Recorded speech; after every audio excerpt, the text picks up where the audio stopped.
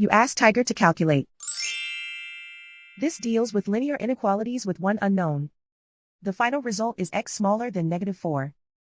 Let's solve it step by step. Group all constants on the right side of the inequality.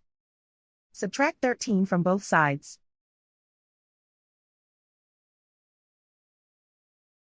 Simplify the arithmetic.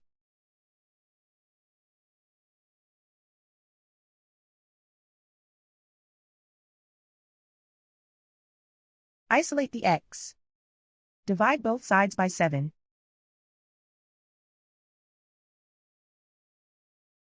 Simplify the fraction.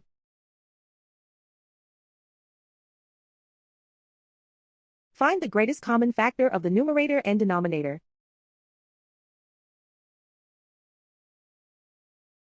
Factor out and cancel the greatest common factor.